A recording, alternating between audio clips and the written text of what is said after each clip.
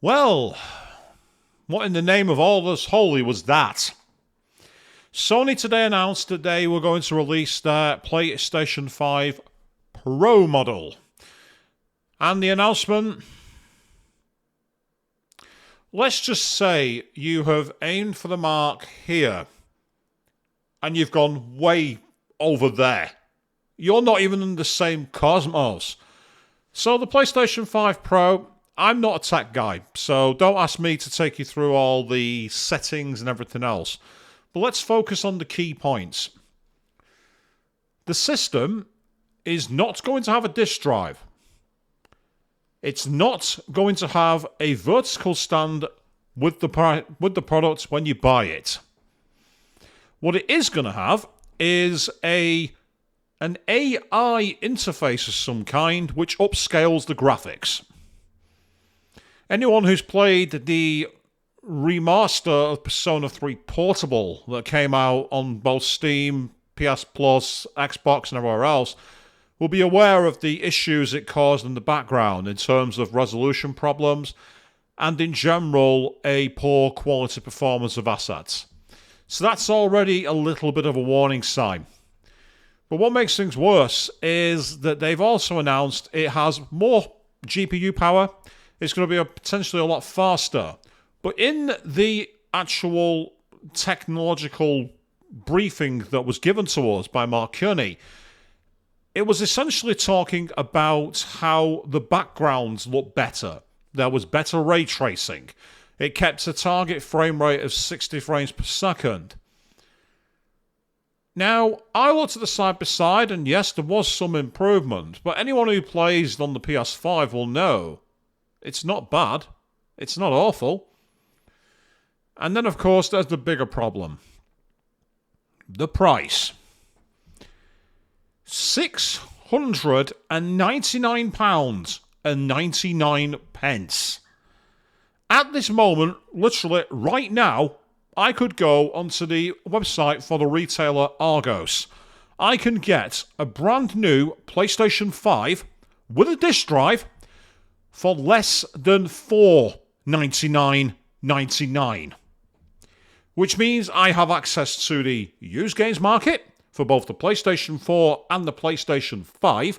It means I'm not at the mercy of Sony's horrific licensing system, which means if you get a game redeemed in the Essentials back catalogue, you can overwrite it accidentally with one of the extra or premiums, and a game you should have forever becomes a time-limited one. We also have the fact that this system, it doesn't look it's giving much in the way of value to me. It's going to come pre-installed with Astro's Playroom.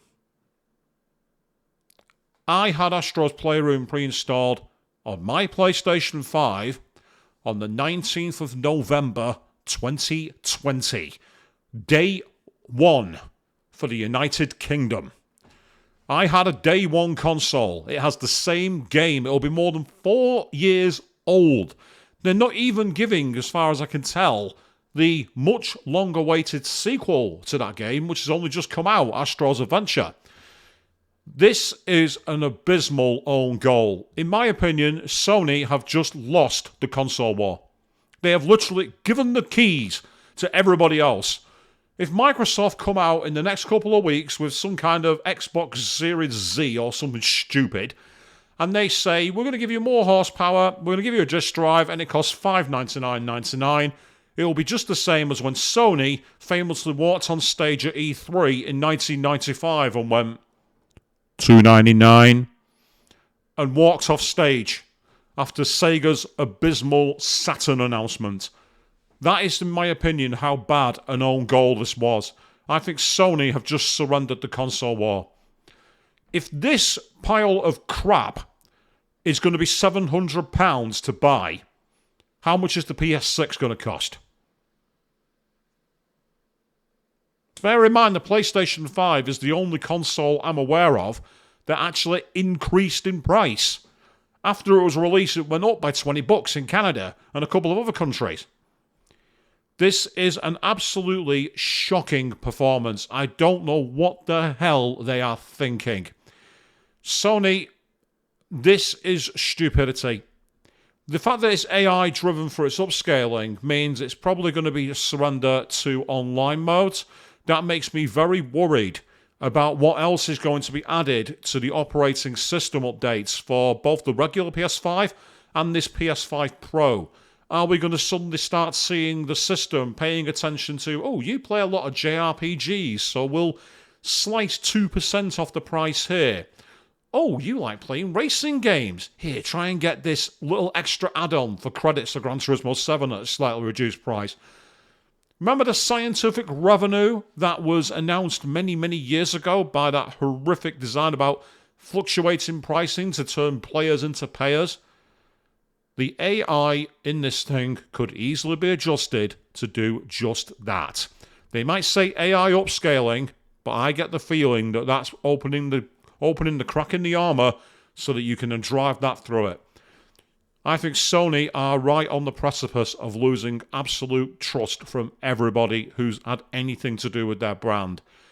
They already were anti-consumer this year when they boosted the price of PlayStation Plus all across all tiers by anywhere from 25 to 600%, depending on where you were in the world. Shout out to all you people in Turkey who got really badly shafted by that. This is ridiculous.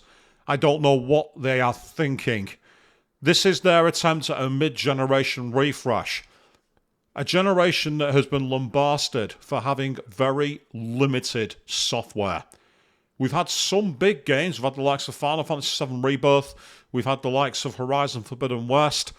But we've not had anywhere near the brand new titles that have been pushing things forward. It's been remaster, it's been rehash, it's been remake. This is the issue. I think already people are feeling very burned out, and this shoddy performance of the PS5 Pro, I think it's likely to be the icing on the cake, the final nail in the coffin, whatever analogy you want to use. Sony, thank you very much. But I get the feeling that many people are now going to simply say goodbye. And you brought it on yourselves. This is a terrible, terrible announcement. You have some serious work if you plan to rescue this.